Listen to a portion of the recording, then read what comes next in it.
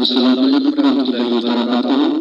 नाज़रीन, मैं इधर गाँव में आया हुआ हूँ, तो मैं आपको भी बस के चंद अशआर सुनाऊंगा। अपनी हिदायत आपको पसंद आएंगे।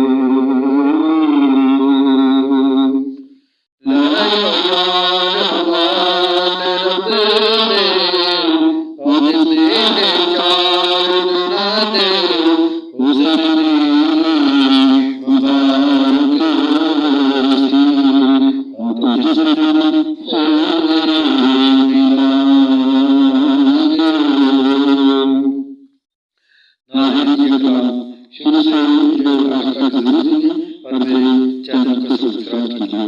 शुक्रिया।